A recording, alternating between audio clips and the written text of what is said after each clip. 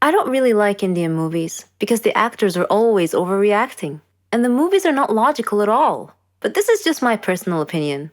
However, I've discovered that there are stories stranger than Indian movies. Let me give you a real life example. I'll tell you a story about a young woman named Samantha. Samantha was a beautiful girl with blonde hair and green eyes. She lived with her grandmother after her parents died in a horrible car accident. The whole country read about it. She had many friends, and all the neighbors liked her. They considered her the most beautiful girl in town. Many had proposed to her, but she didn't care much for them. One day, Samantha was walking alone down the street after visiting one of her friends. Suddenly, she had an eerie feeling that someone was following her. She began running and crying for help. Her follower began running and stopped her. He was an ugly man, pointing a knife in her direction. He asked her to hand over her purse. She threw it at him and made a run for it. The man said wait and made to stop her, but another man appeared out of nowhere and punched the thief, who fell unconscious. The brave and good Samaritan picked up Samantha's purse and handed it to her. He was very handsome, with green eyes, soft hair, and an amazing smile. He escorted her back home, and she felt that he was her knight in shining armor. She went inside and hugged her grandmother tight, who was a little surprised but smiled. Samantha was so happy that she gently pulled her grandmother to her feet, and they whirled around and danced playfully. The very next day, she was surprised when she answered the doorbell. Steve, the tall, handsome man, was standing there, holding flowers. He proposed to her, and she said yes. Thus began their love story. Then one day, Samantha was standing in the kitchen preparing dinner. Steve and her grandmother were out, but they were supposed to be back soon. Samantha had everything ready, and she set the table. The house door opened, and Steve walked in. Samantha went to greet him, but she felt dizzy and fainted. Steve quickly took her to the hospital. The doctor congratulated Steve, saying that he was going to be a father. Steve was ecstatic, but Samantha was not. Instead, she was shocked and nervous. She said that she was too young to have kids, that she wasn't ready to be a mother. Steve was taken aback and said, "But why? Don't you want him?" Things were different from that point on. Samantha tried to get an abortion several times, but Steve was always stopping her. She couldn't accept it. She blamed Steve, but Steve couldn't understand her. In her 7th month of pregnancy, Samantha was with her grandmother at the supermarket when she saw a small boy run onto the road. Fearing he might get run over by a car, Samantha quickly pulled the boy off the road to safety. The boy's mother saw what happened and thanked Samantha, feeling so grateful and relieved. Samantha was crying at the moment and replied, "No need to thank me. I'm going to be a mother like you soon." For the first time, she was beginning to feel real affection for the baby. "Forgive me," she silently thought to herself. She tried to contact Steve many times to tell him that she had finally accepted. She was ready to become a mother, but he never responded. Finally, the day had come. Samantha went to the hospital to give birth. After the surgery, she was very tired. Nevertheless, when she woke up, she immediately asked for the baby. Her grandmother handed her the child. It was a daughter, and she was so beautiful. The nurse tried to take the baby out of her arms, but Samantha refused, wanting to hold her for as long as she could. The next day, Samantha heard a big commotion, and she had a feeling of dread that something bad had just happened. It was confirmed when she saw her grandmother's face. She asked what had happened, and her grandmother told her that a child was missing and had apparently been kidnapped. Samantha's pale face slowly pleaded, "Please don't tell me that it was my daughter." When her grandmother nodded, Samantha broke down and began crying and wailing in pain. The nurses tried to calm her down, and when she did, her grandmother came over to her and handed her a note. It had been found in her missing daughter's hospital crib. It was in Steve's handwriting. It simply said, "If you don't want her, I do." Then Samantha fainted. For many years, she tried finding her baby, but couldn't. Steve and her daughter had vanished into thin air. She felt as if time had stopped for her, but Steve didn't feel that way. He raised their daughter into a beautiful young woman. He named her Margot. Whenever Margot asked about her mother, Steve would always tell her that her mother was dead, but he often told her stories about her mother and how much he had loved her. Margot's intuition, however, told her that her father wasn't being completely honest with her. and that he was hiding some big dark secret. One day, Steve fell ill unexpectedly. He called Margot to him and told her that he was very sick and felt that he was going to die soon. He said that he wanted to reveal a secret that he had long kept from her, that her mother was actually alive, and that her name was Samantha. He told her that he had kidnapped her from the hospital at birth because her mother did not want a child. He regretted it and asked Margot to forgive him. He gave her Samantha's address, and soon after, he died. After his death, Margot decided to go looking for her mother. I am Margot, and I am now standing at my mother's address. At her front door, I cannot predict my mother's reaction when she answers the door and I introduce myself as her daughter, but I'm going to hug her and tell her that I've missed her for so long.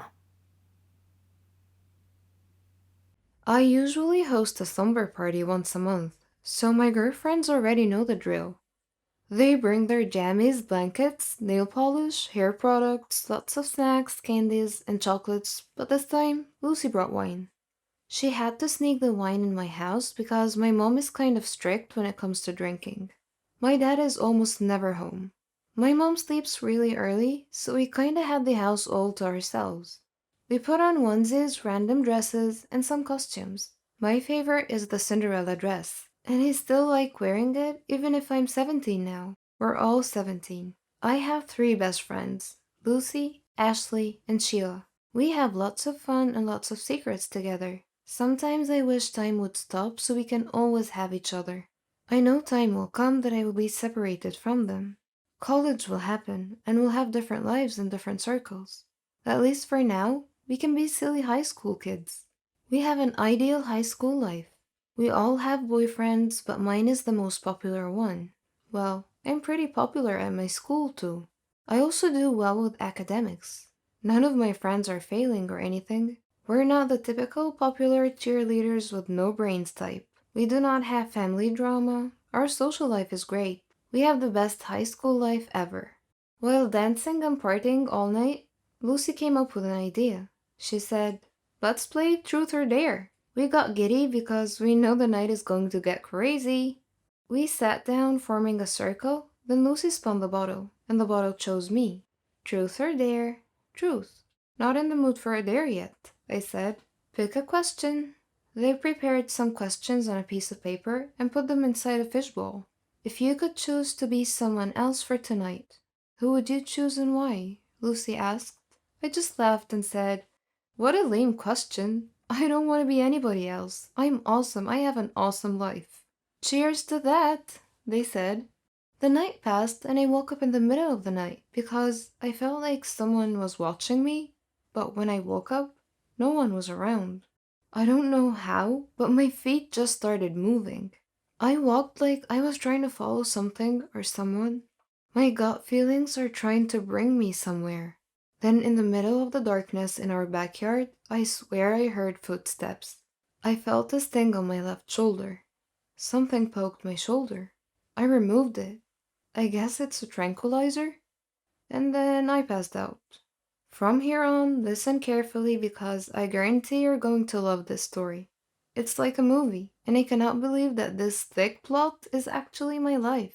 I tried putting together the stories that happened while I was gone, and someone else was being me. I know it sounds complicated, but before I proceed, do not forget to subscribe and hit the bell button for notifications. So here it goes. Someone tranquilized me, and I instantly fell asleep. By the way, my name is Nancy. You have met my friends, and I'm sure you'd like to know who drugged me and what the motive is. Meet Patricia. At first, I had no idea why she looked exactly like I do.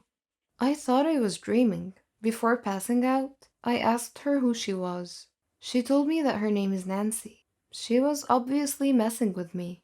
Then she told me that her name is Patricia, and that she is my twin, and she would love to be Nancy instead.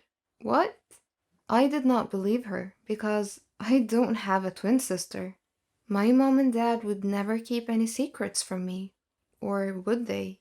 She said that she was kept by our parents in a mental institution a couple of hours away from our town, ever since we were 3. I just realized that I have no recollection of any kind of memories when I was only 3 years old. At first, I thought, wow, is this really happening? I just think I watched too much TV. But this is reality. How did it happen? Let me tell you how it happened. Well, at first, she tranquilized me while I was asleep. I think she had other people with her who dragged me into a pickup, covered my mouth, tied me up, and blindfolded me. And then they brought me into a dark basement, I think. I'm not sure, because when I woke up, everything was just a blur. I only saw her face. I thought I was looking in the mirror. She told me everything that I needed to know. Well, her version of the story. I was shocked, but I would like to know my mom and dad's version of the story as well. Patricia told me that they got her locked up in a mental institution with special care. My mom did not like the idea, but eventually agreed when Patricia looked at her and said, Daddy's next. I got the chills, but she never told me the reason why she ended up in the mental institution. She has been following me ever since we were 14 years old. One of the security staff has got a crush on her, so she's able to go in and out when no one is looking. She wants me dead because she would like to replace me and have my awesome life. She said she would take revenge on mom and dad for depriving her of having a life like I do. It got me worried, but she made me powerless. For the second time, she injected me again, so I passed out. Next thing I remember, I'm in a dark room with just a bed, a pillow, and a blanket. This must be her room. I'm locked inside the mental institution, just like in the movies. She managed to make my friends believe that she is me. She's clever. They went shopping, they partied, and they did not even realize that something was wrong. She must really be pulling it off. Even my parents and my boyfriend are not suspecting a thing. But our prom is almost here. Me and my friends are all excited for it. But I think I have to give up the dream of going since I'm locked up in here. I just miss my friends, I miss my parents, I miss my boyfriend, and I miss my life. It hurts me that I've been missing for a while, and they didn't even notice or feel that it's Patricia and not me. She's just a stranger to them. After 1 week, I made friends with the security staff. They kept on asking why I was so kind and polite to all of them. I tried to tell them the truth, but they just made me drink some medicine because they thought I was hallucinating. Then a surprise happened. My parents visited me. I mean, they visited Patricia? I don't know. When I saw them, I gave them a hug. I miss you. I'm so glad you're okay. Are you guys hurt or anything? My mom answered, Honey, why would we be hurt? I know my mom would believe me.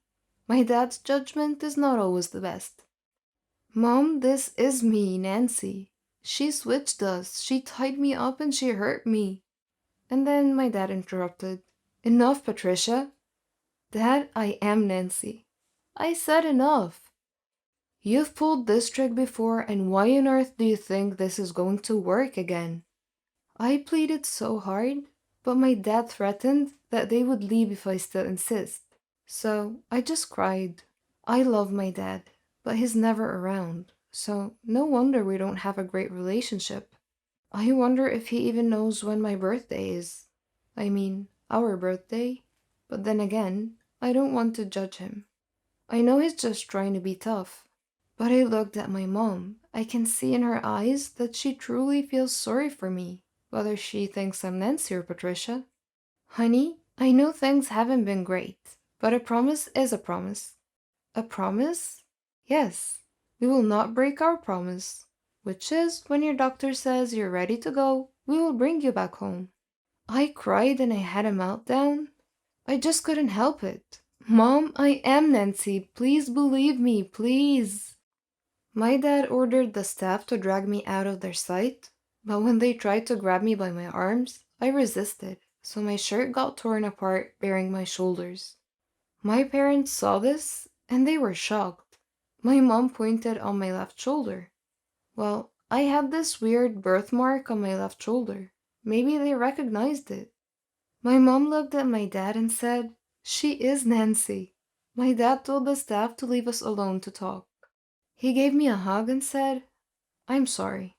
How did this happen? Why are you here? When did you meet your twin sister? My mom said. I told them how Patricia executed her plan, but I asked them how they knew it was me. They looked at each other. My dad gave my mom a slight nod as if saying it's time to let me know. When you were 3, I left you and Patricia upstairs to play.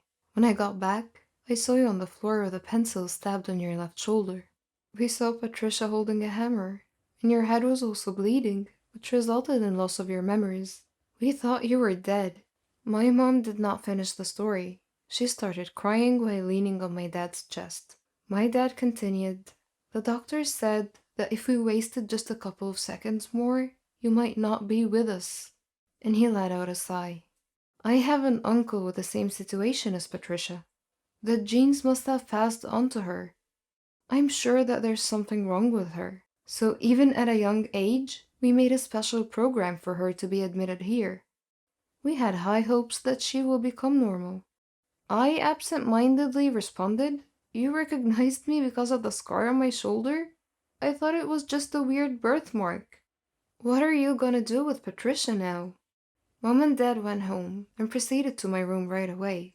Patricia didn't know that my parents are aware of what happened. They gave her a hug. My parents apologized to her.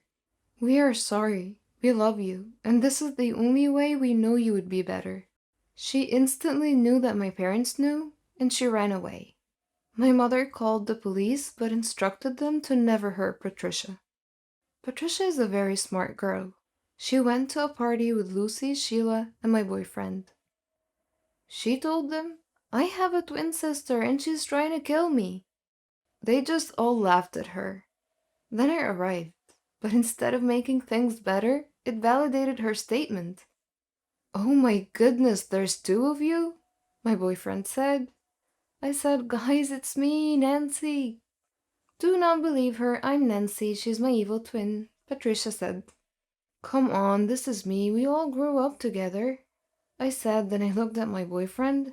Babe, you seriously didn't know it wasn't me? Babe, don't listen to her, Patricia said. Can someone prove who the real Nancy is, please? Sheila said. I had no choice but to reveal the secrets we have just to prove that I am the real Nancy. My friends got convinced in no time. They all ran to my side and were afraid of Patricia. Instead of helping, my boyfriend Marco, he ran away.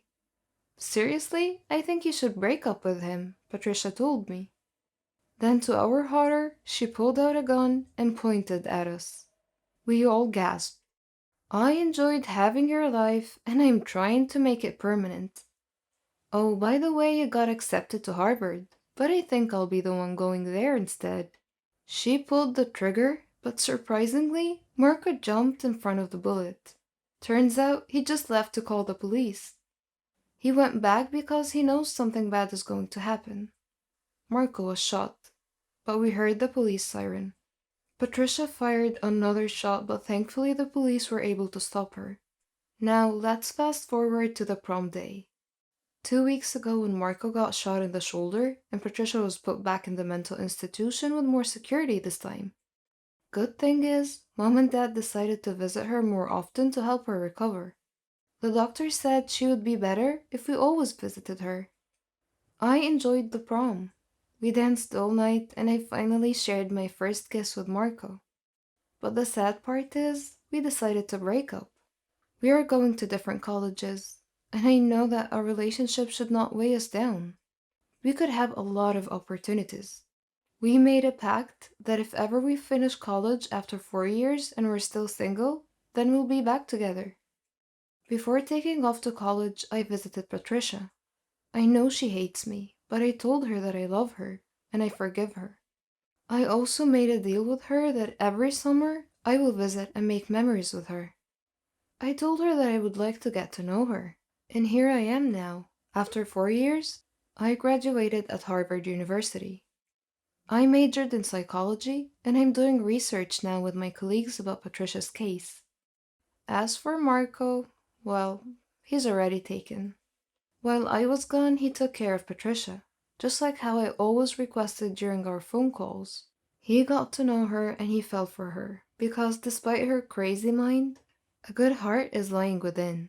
Weird, I know. But that is how life goes. Besides, Patricia deserves a second chance, just like everyone else. I am addicted to food. I suffer a lot. I need help. I've tried to give up, but I fail every time. Hamburgers. Who can give up eating hamburgers, especially with barbecue sauce? I didn't mind this kind of addiction, but I'm getting ahead of myself. Let me begin by introducing myself. I am Patricia, 15 years old, living with my parents and my brother. I lead a quiet life, no interests, no hobbies, except for eating, that is. Food is my faithful friend. It never leaves me. It is my partner, my soulmate. But having food as your soulmate has insidious side effects. A dark side, if you will. It denies me a healthy life, robs me of the energy to play, and causes me to sleep excessively. I would much rather stay at home with a bag of potato chips than go out and exercise. My soulmate ultimately betrayed me, though, last Thanksgiving at my granny's home. She lives in a state nearby. Granny was a clever doctor and an excellent cook at that. She could conjure up something really delicious. On that day, she had prepared barbecue turkey with nuts and other secret recipe ingredients. The taste was so great, as if it had descended from heaven itself. I felt like I was fighting a food war, and I had to win at all costs. I ate and ate and ate. I don't know why, but I just couldn't control myself. I attacked that turkey like it was the last on the planet. But every culinary war with a worthy adversary, such as the barbecued turkey, has its own unique type of casualties. Suddenly, I found myself unable to breathe. I fell to my knees and passed out. The turkey had won. I woke up later in the hospital, though, still clinging to an unfinished turkey leg. The doctor told me that I was gaining way too much weight. He said that I should be put on a diet. Diet? Man, how I hated that word. It hung over my head like the sword of Damocles. It meant depriving me of my passion, my reason for living. I considered eating vegetables in small amounts to be the worst form of cruel and unusual punishment, the worst form of torture imaginable. Imagine thinking of a wonderful, greasy, cheese-laden pizza with all the toppings and then suddenly opening your eyes to find a healthy green salad bowl. But I had reached a turning point in life. One day, my brother was playing on the street, while I was sitting at home gazing longingly at a tempting piece of cheesecake, just sitting there, taunting, daring me to eat it. I struggled mightily to resist the urge, but in the end I succumbed and wolfed it down like a starving animal. Shortly afterwards, I began feeling dizzy, but I was unable to call for help this time, and then I passed out again. I was taken to the hospital. While lying in the hospital bed, half conscious, I overheard the doctor say to someone, "She needs to stop eating or it will be the death of her." I thought to myself, whoa, death? So I made up my mind right then, right there. I resolved to fight a new war, a war against my appetite. On our way back home, I told my father that I wanted to see a nutritionist. He was delighted to hear that. Later, at the clinic, the doctor welcomed us in. She told me how to overcome my eating fetish. She gave me a strict diet regimen with a schedule full of healthy meals. I kept telling myself that winning this war was possible. I simply had to be patient and persevere. I stuck to the strict diet and did some physical workouts. My parents supported me wholeheartedly. I was enthusiastic. I can totally do this. A week passed quickly, and I eagerly visited the doctor to receive some good news. When the doctor weighed me and told me that my weight hadn't changed at all, I was crestfallen. She looked at me and asked me, how was this possible? I told her I didn't know, because I was following her diet thoroughly, though it did require a tremendous effort on my part. Another week passed, and again I went to the doctor. The results were the same. She said to me, "Patricia, are you sure you're following the diet I prescribed for you?" I said yes. She sat there wondering. Then she told me with a puzzled look on her face, "It's odd, but your weight is increasing, not decreasing." This unexpected piece of news mystified me. Another week passed. No change. The doctor was nonplussed. I returned home with a dejected look on my face. My father asked me what was wrong. And when I told him, he laughed. Do you believe that? My father actually laughed at my predicament. I was furious. He gestured an apology with his hand and then told me that it was my own fault. I was puzzled. What are you talking about? He told me that I had been sleepwalking to the refrigerator every night and eating everything in sight. I was taken aback. I couldn't believe it. Stop acting like you didn't know it, he said. You must have been awake. I replied, No, Father, I'm not acting. I was truly unaware that I've been sleepwalking and eating in my sleep. But now that we've finally solved the mystery of the increasing weight, we returned to the doctor with this new information and told her the situation. She laughed and told me that my discipline had denied my body the food it craved, but my brain had refused to cooperate and had overridden my will by urging me to eat in a subconscious state. She told me not to worry, though, that she could treat that. Armed with this knowledge and her support, and the support of my family, I felt that I could finally win this war. Hi, my name is Laura. I'm 23 years old, and I teach art. I recently got married to the love of my life, Norman. I considered him my friend, my brother, my son, and my husband. We loved to prank each other, even after we got married.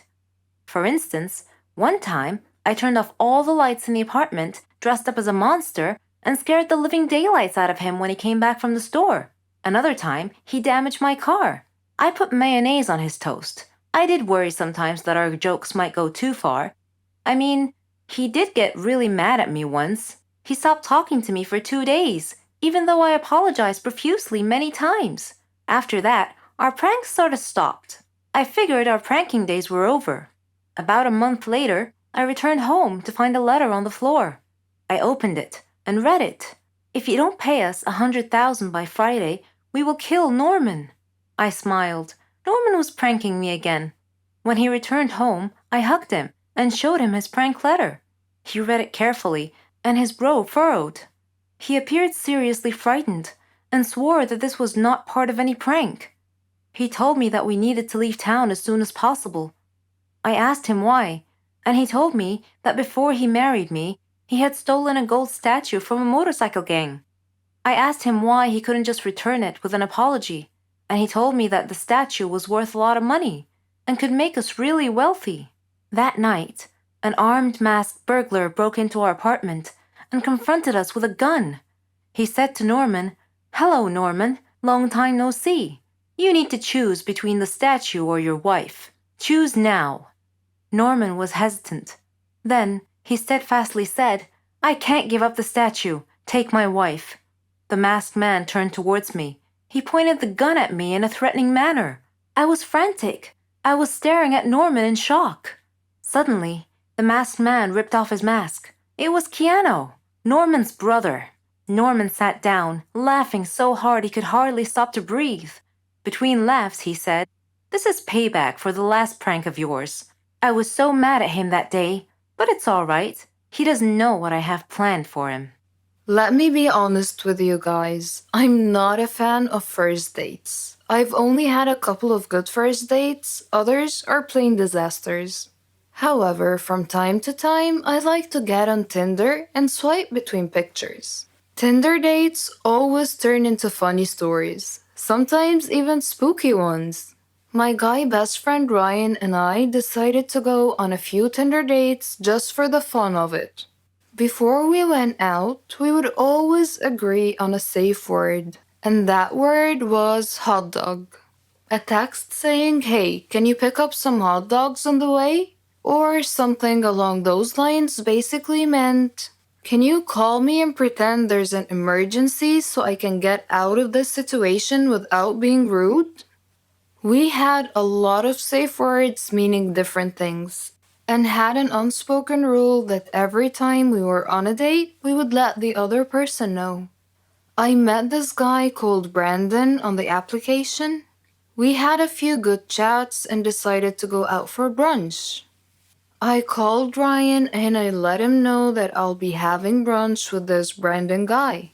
I'm not a supermodel, but I'm a bit too picky when it comes to first date outfits. I dived into my closet and decided to wear a bright pink off-shoulders blouse and a tiny little white skirt. And of course, my signature mermaid hue high heels. Brandon texted me saying he knows of a nice Italian restaurant. Despite the fact that we were going out for brunch, I somehow agreed to Italian. The guy comes to pick me up for our brunch date. He looks nice with lots of black on. He says he needs to make a stop along the way. I couldn't really seem to disagree. I mean, he clearly forgot to buy me flowers. So I say it's fine and he can make a stop along the way. He pulls up to a gravesite and I see people and I'm like, okay, maybe he's picking something up from someone. Or maybe he works here and needs to do something. What was really going through my mind though is what the heck is he doing and why is he bringing me to a gravesite on a first date? I just waited in the car, especially since there's mourning people nearby and I'm wearing a bright pink outfit. He gets out of the car and opens up the passenger side door. I tell him something along the lines of, I don't want to draw attention to myself and I'll just wait here. And he says something along the lines of, don't worry, you look great. They will love you. Despite my pink outfit and my high heels, Brandon was very well built. He was very tall and had broad shoulders. One could easily tell that he is into martial arts. So I wasn't very worried about my safety. However, I was really worried about his mental health. I'm not even kidding. I was so very curious about what on earth were we doing there at 10 a.m. on a first date. And who is they, as in, they love you. Okay, so the next part is a bit hard to define whether it was creepy, surreal, or a prank show. It was his mother's funeral. I stood next to a group of weeping people watching as my date's mother was lowered into the ground. Needless to say, it was really, really awkward, especially since he kept trying to hold my hand and nuzzle me for comfort. It's a first date, for God's sake. I waited for the service to be over, as I didn't want to be rude to the grieving people or to the dead woman. And then I texted Ryan, hot dog. So Ryan called me and pretended to be my landlord and told me that my apartment was flooded. I quickly apologized to Brandon and called an Uber.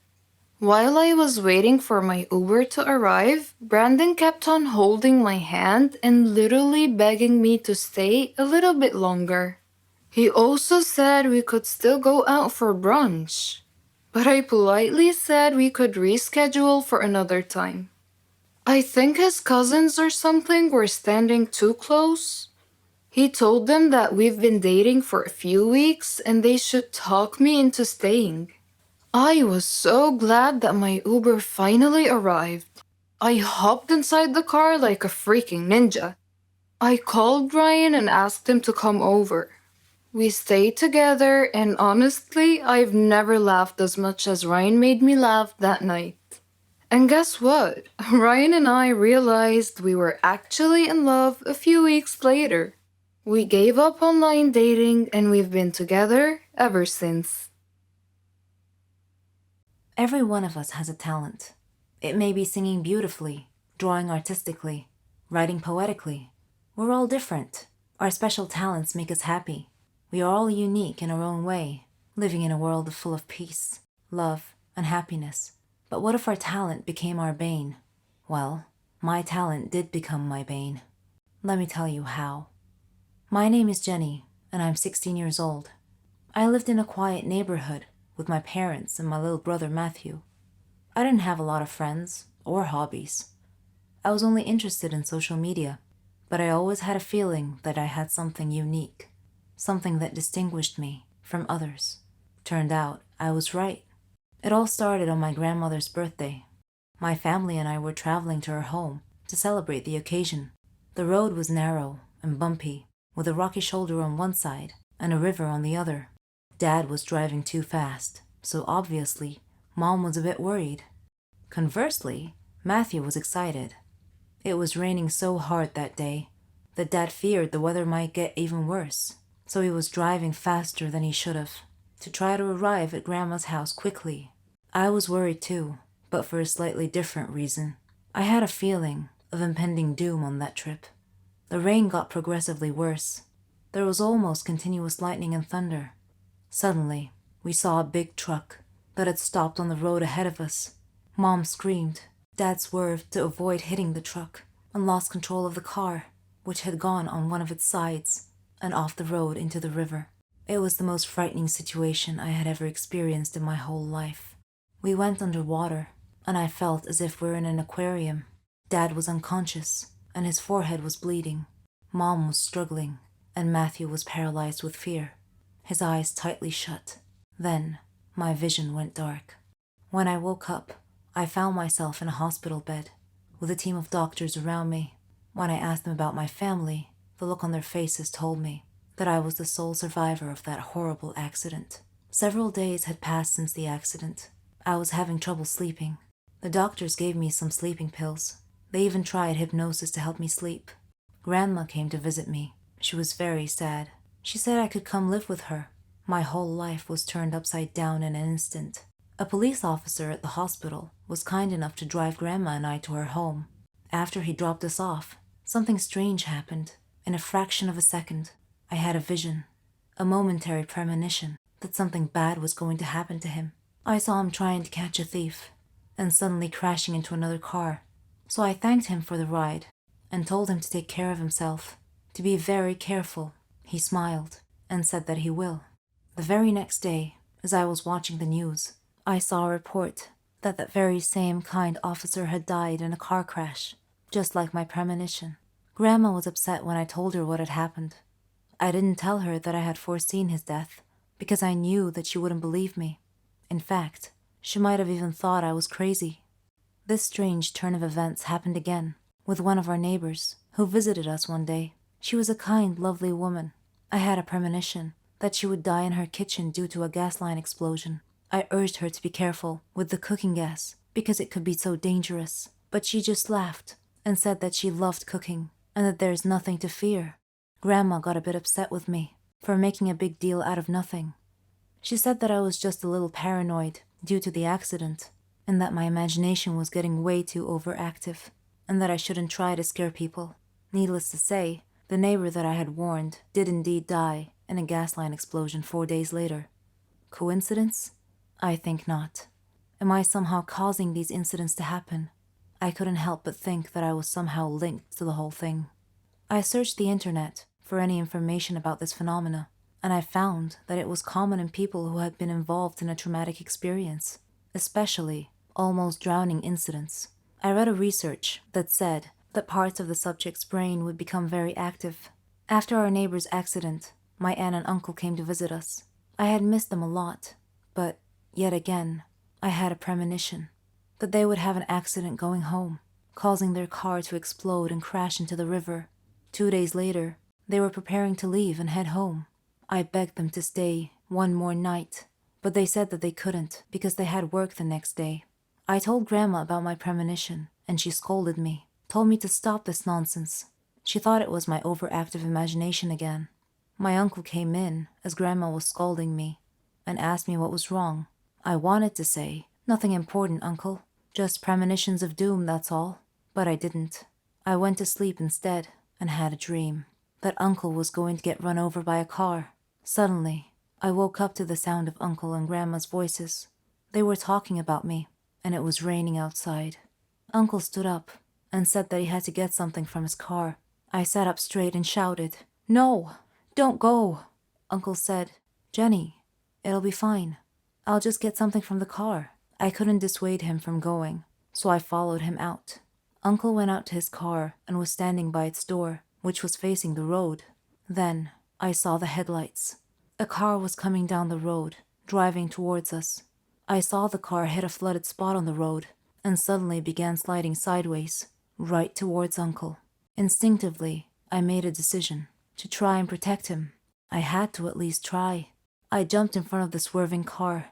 The driver saw me and tried to regain control. Suddenly, I felt a warm sunshine mysteriously coming down from the sky amidst the rain, and I felt calm and safe. and I had one final premonition before everything went dark. He was a dream, the future, or so I thought. But my love was cursed right from the start.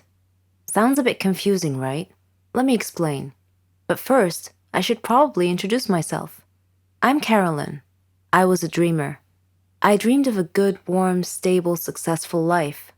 I wanted a good job. And I wanted to travel around the world a bit with Helen. She was my best friend. We virtually shared the same dreams, and hobbies, and interests, and lifestyles. We've been friends since we were kids. People often thought that we were sisters. I did too, in fact. She even got jealous if anyone tried to get close to me. Every day, Helen and I worked a little more towards our dreams. Once, when Helen and I were traveling with some of our friends, we had a problem with the hostess on the plane. A gentleman intervened and cleverly solved our problems. His name was Danny. I liked him. A lot. I thought about him often, but whenever I talked to Helen about him, she told me that he was not as amazing as I seemed to think he was. Coincidentally, I met him again at a party of a mutual friend. We talked together till daylight. I told Helen about our encounter, and she expressed her wishes that my love story would have a happy ending. I similarly told her that I hoped she would find the love of her life someday too. Everything would be okay, we figured. Then, one day, I received a letter in our mailbox. It was in weird handwriting, as if the writer had written it with a trembling hand. I opened it curiously. It said that my love for Danny would become a curse if I didn't give him up and get him out of my life. What nonsense, I thought. Whose idea of a silly joke was this? I immediately called Danny and Helen to tell them about the letter. Danny laughed, but Helen was worried and suggested that I should be careful from now on. That same day, Danny had a horrible car accident, but fortunately he wasn't hurt. A detective investigating the case determined that his car brakes had been tampered with. In another incident, a car almost hit me, but it swerved away at the last minute. When I mentioned this incident to Danny, he tried to calm me down and told me to just forget about it. He gave me a beautiful bracelet as a present and proposed. We got engaged, and I couldn't have been happier. I wanted to show the bracelet to Helen, but somehow I seemed to have lost it. I couldn't find it anywhere. Anyway, when I told Helen about his proposal, she was thrilled for me. I spent days shopping for just the right wedding dress. I was so busy with preparations that I forgot all about the ominous letter. I went to the wedding hall early to make sure that everything was ready and prepared. Helen was helping me, and Danny kept calling me to make sure I was all right. Suddenly, the lights went out. I called out to Helen, worried that she might have tripped and fallen when the lights were out. When the lights came back on, Helen had fainted, and my dress had disappeared. I screamed to the ceiling, "What do you want from me? Leave me alone!" Suddenly, Danny appeared out of nowhere and asked me what had happened. I told him then and there that we must break off our engagement, otherwise the curse the letter mentioned might injure someone or cause someone to die. Then Helen came to and tried to calm me down. She told me to go to the car and that she would get our stuff and follow me. I loved Danny and wanted to marry him, but now I was seriously worried that this curse threat might actually be real. Helen came back carrying a bag and a large suitcase and told Danny not to worry, that she would drive me home and then call him to tell him that we had arrived safely. I was still crying, and Helen was trying to calm me down. When we arrived home, I noticed something strange. Helen was carrying a bag that was partially open, and I glimpsed a piece of clothing stuffed into it. It looked exactly like my dress. I opened the bag and found that it was my dress. I confronted Helen and demanded to know how my missing dress ended up in her bag. I clearly caught her red-handed, and she was unable to answer coherently.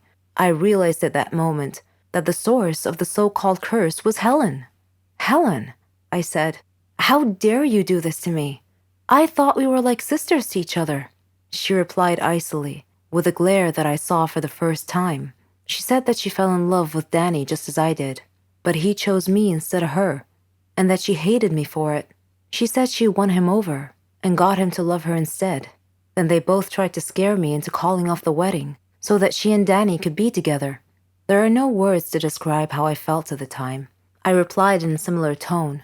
I told her that I don't ever want to see her again, or Danny. Neither of them mattered anymore. I never did see Helen or Danny after that day. I'm on a Caribbean island now, sipping on a cocktail. I read in the paper that Danny and Helen had announced their engagement. I'm thinking about what wedding present I should give them as a surprise. It all happened on my last holiday. It was a terrible experience. It was the worst holiday I have ever had.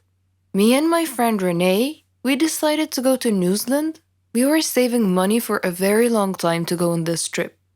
It was our dream to go to the land of the Lord of the Rings. We had made reservations for flight at the end of July, and from that moment on, everything went wrong.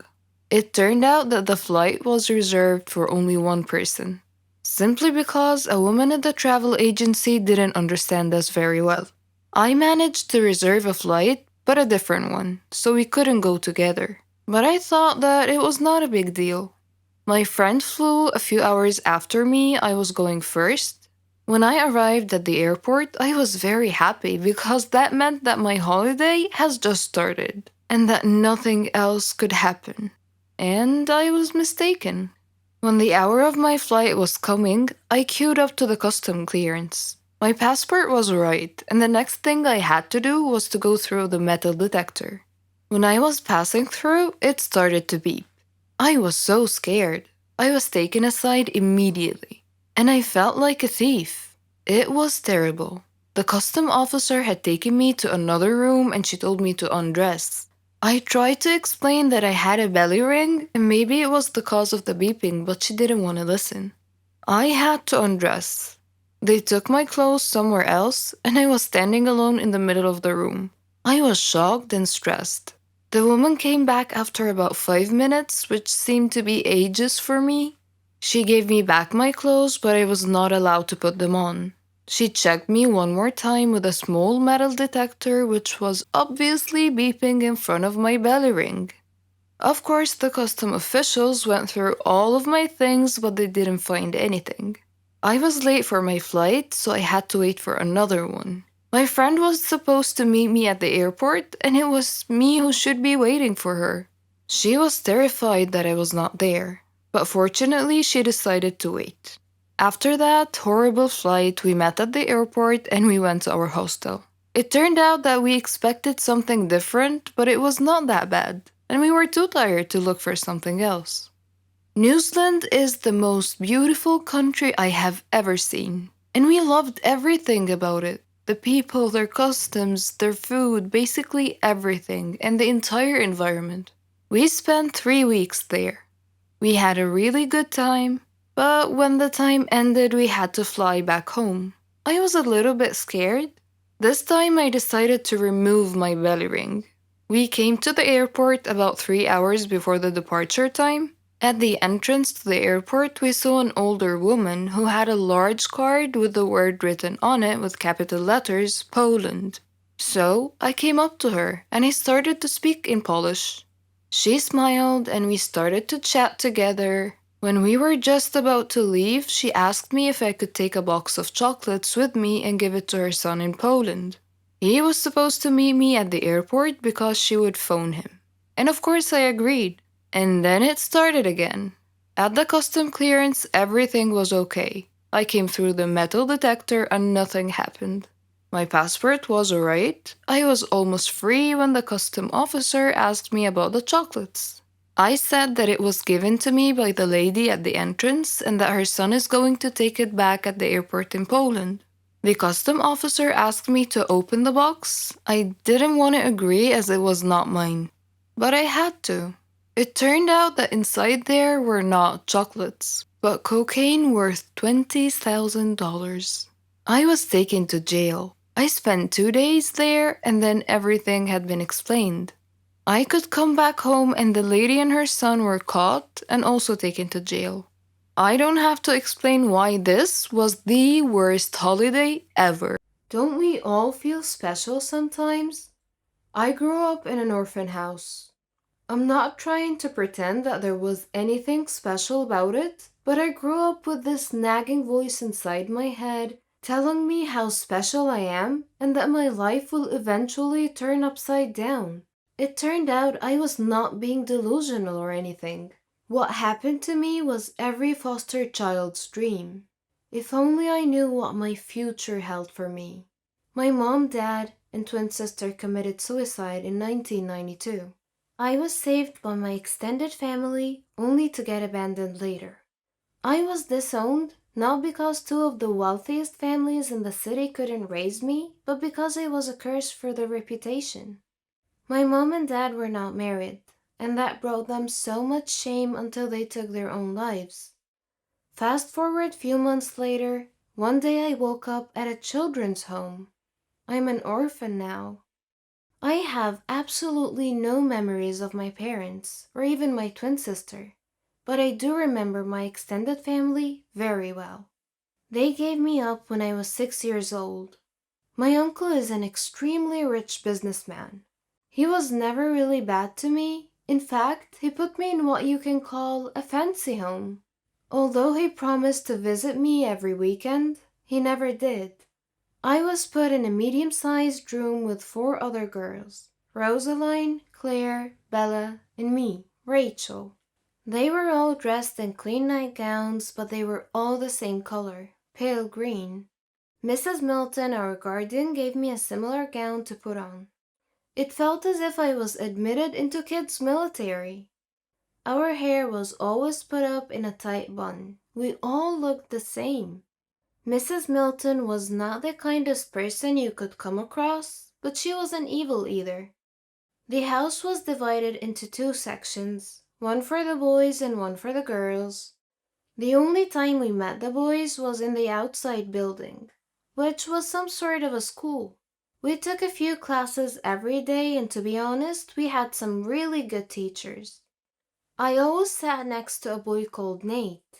I thought he was super smart, and he always helped with my math homework because numbers were never really my field of expertise. We eventually became really good friends. Whenever I went back to the room, all the girls were too occupied with their toys, and they were all good friends already. It felt like I was an outsider. However, a few months later, I became the alpha of the group. Don't get me wrong, this is not another Oliver Twist story. We used to pull pranks on each other all the time, and we had a really good laugh. I mean, being in a foster home is not exactly a vacation, so we made the best out of a bad situation. When the girls would go to sleep at night, I would go fake sleeping until Mrs. Milton had gone to sleep as well. Then I would stare out that tiny, teeny window and start counting the stars one by one. I named one after my dad, one after my mom, one after my twin sister, and finally, one after Nate. I would stay up all night long daydreaming until I fell asleep. Mrs. Milton would wake us up around 6 a.m. to have breakfast and go to class. It went on like that for years and years. Every day seemed exactly like the other, except on the weekends, which wasn't really much of a weekend. It only meant we were allowed to eat dessert. I have always been an extremely curious little girl, and the reason Nate and I grew so close was because he was a curious boy as well. We had no idea about the outside world. We had so many unanswered questions, and sometimes we would make up answers to tame our brains. The girls had relatives visiting them during the weekend, but I would stay in my room. Sometimes I cried, and sometimes I shut my eyes close and tried to imagine what my mom looked like. One day during science class, Nate asked me who visits me on the weekend. I never said anything back. I pretended that I didn't even hear him. But in a moment of extreme confusion and sadness, I wrote something down on a piece of paper and passed it to him. It said, "Let's get out of here." We were 12 years old at the time. I didn't care about the consequences at all. All I cared about was getting outside of here and exploring what was happening in the outside world. I wanted to go back to my uncle, even if he didn't want me. Nate looked at the paper, folded it into half, and he freaking swallowed the paper, and he just nodded his head at me. I wasn't sure what he meant by the nod until at midnight.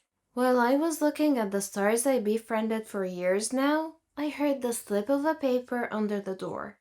I quickly got up and the paper said, "Meet me at the school building in 5 minutes." I slowly opened the door and ran downstairs. Nate and I stood there awkwardly, not knowing what to do. We started discussing a runaway plan. But seriously though, what could two kids do to escape a fully guarded huge building? We were smarter than any of you would think. For the next week, we studied every movement happening around the place. When security guards changed their shifts, which teachers left class early, we even memorized the times when Mrs. Milton had to use the bathroom. We had a solid plan. At the end of the week, on Friday, we had history class, and the teacher always left a few minutes early. At the same exact time, security guards changed their shifts, and Mrs. Milton took about 3 to 4 minutes to come downstairs and walk us back to our rooms. That was it. That was the moment I have been looking for all along. We passed by the guard's back and we ran and ran like there was no tomorrow. After a few blocks, we were out of breath. We were two kids dressed exactly alike with no money and no place to go. But we couldn't stop, not after we finally did it. We kept on walking and walking until it was night. I looked up at the sky and I could not believe my eyes. The sky had endless stars. I let my hair down and got rid of that stupid bun I've had for years. I decided that Nate and I could go into a shop and ask for a suitable job that could offer us a place to live and food. Yes, I was that smart, and I still am. So we went into a grocery store owned by an old lady. We told her our story, and what she said back was, "I need to call the police." And so we begged and cried and cried and begged, and the lady had a big heart. She offered us some sandwiches and said we could help deliver groceries around the block. We immediately agreed. Nate and I had to sleep on a blanket inside the store every night. It was not a great situation, but we loved that sense of freedom. We felt like we were hero kids with superpowers. We stayed with the old lady for what seemed like a year. If you haven't guessed it by now, I was in love with Nate. I had our wedding planned inside my head, and although he never said anything back, I knew he loved me even more. One day we heard that old lady talking to an officer who was looking for two lost kids. We grabbed all the cash we could and ran through the back door. I know it's inconsiderate to rob the woman who provided for us, but there was no other way. We quickly stopped the cab and asked the driver to drive as far as possible. He gave us a weird look, but when we showed him the money, he started driving. At this point, Nate held my hand for the first time ever, and he said, "We'll be okay." I felt my heart melt to the ground, but traffic noise brought me back to my senses. The cab driver was driving funny, but none of us was really familiar with driving, so we never really paid much attention. I looked at Nate and he said, "We need to find my uncle. He's rich, he can help. You can hide in my room. Or he can even adopt us, I don't know."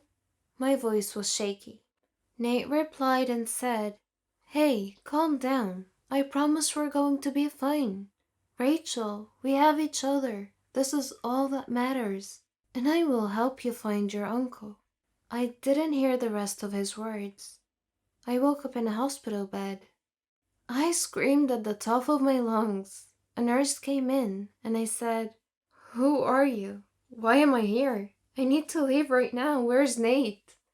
The nurse gave me a pill and some water. She said, "Calm down. You'll be fine. Your friend is fine. You got into a car accident. What's your name?" I pushed her hand away and refused to take the pill. "My name is Rachel and I need to see my friend right now." The nurse just left me. Then an officer came in. He started asking questions, and I kept asking to see Nate.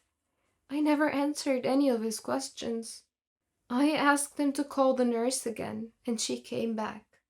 I asked her to help me sit straight because I could barely feel my legs. Maybe I'd been sleeping for too long, I don't know. She just stood there. I looked down, and I didn't have legs. What happened? I asked. The accident happened, Rachel, the nurse replied. Now I'm a crippled orphan? No, that couldn't be true. I'm not sure why, but I was super calm, and I asked, what happened to my friend?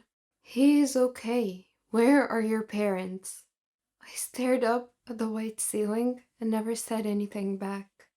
I don't know how, but it was suddenly next day morning and the officer woke me up. I told him the whole story, and I described my uncle and his business name. I needed all the help I could get, but no one was telling me anything about Nate. The doctor explained that I will be able to walk again, but it might take up to a few years. Later that day, my uncle came. I had an ocean of mixed feelings, but my eyes were stoned. I couldn't shed a single tear. The first thing he said was, "Why did you do that to yourself, honey?" He dared to call me honey and to blame me for his own doing. I half smiled and said, "The doctor said I'll walk again. Have you heard anything about my friend?" He told me that Nate had a brain concussion and he's in a coma. And that was when my stone eyes melted. I felt guilty. It was me who made him run away. If it wasn't for me, maybe he would have been fine now. "Uncle Todd, could you please call in the doctor for me?" I asked. The doctor was very understanding. Although he did not have a full picture of what was going on, he explained to me that Nate will be fine, and I believed him. My uncle paid for my surgery and for Nate's stay as well. How confusing. If he had such a big heart, why did he admit me to a foster home? I lost count of the days. I wished I was back at the orphanage sitting next to Nate while he helped me with my homework. A month passed by, and Nate was doing a lot better. I saw him a few times, and I was able to walk a few steps with the help from the nurses. My uncle visited from time to time, and I could tell he was trying to make it up to me. But wasn't that just a bit too late? 6 months later, we were both sent back to the orphanage with reports that Nate is at a risk of a brain stroke, and that I couldn't walk or stand for too long. My uncle offered that we stayed at his house, but we both knew he never meant it. Back at the orphanage, we were treated differently. It wasn't just the same. Things have changed. Mrs. Milton had quit. The new guardian was called Mrs. Buffy, like the one from Buffy the Vampire Slayer. Let me tell you that that woman was not kind. During break time, Nate and I would discuss what we wanted to pursue as careers, because we only had a few years left here, and then we could just leave without having to run away. Nate wanted to become a programmer. The guy was a true genius, and I wasn't so sure of what I wanted. But if you guys still remember the beginning of my story, I knew I was destined for something special. Mrs. Buffy caught us exchanging love letters, and Nate and I were forbidden from sitting next to each other in class. Well, except during history class, because the teacher didn't really care much about anything. We were also expert sneakers by now, so we managed to steal a kiss every now and then. Things were starting to get better. I could walk better, and Nate could talk better, because he had a problem with stuttering.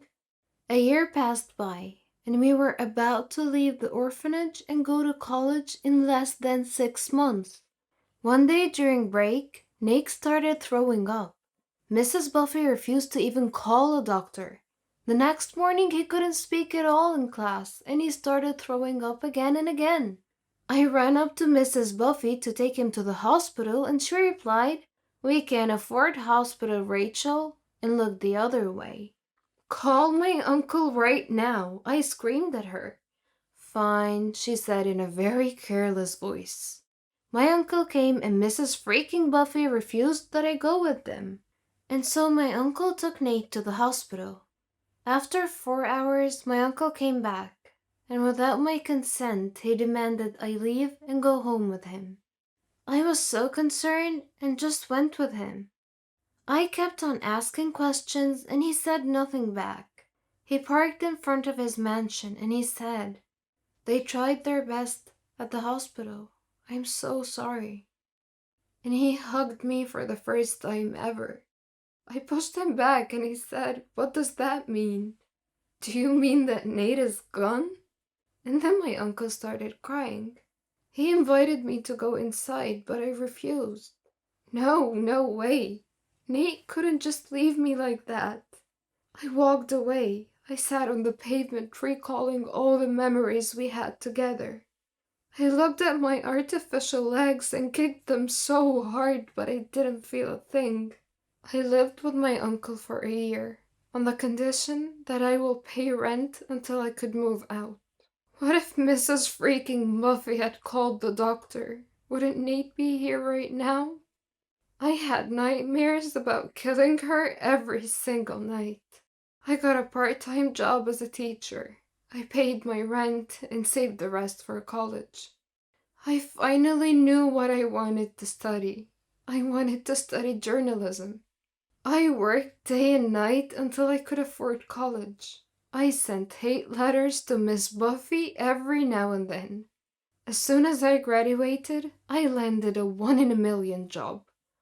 I worked for the biggest newspaper in town. I moved out from my uncle's, but we are on good terms. 2 years later, I went back to the orphanage, only to find out that another kid had died due to lack of responsibility. Although Mrs. Buffy was old and even grumpier now, it didn't stop me from getting back at her. I wrote every detail of Nate's story and submitted it to my boss. He never even knew I grew up in an orphanage. The story went viral. I was even interviewed to share more details on television. Finally, Mrs. Buffy went to prison after a long trial. Oh, I could almost hear Nate smile in heaven right now. I may not have legs, and I may get bullied every now and then, but I have Nate living inside my heart. After things went viral on social media, I was able to get enough donations to open my own foster home in Nate's name and to forever honor his name. See, I told you I was destined for something extra special.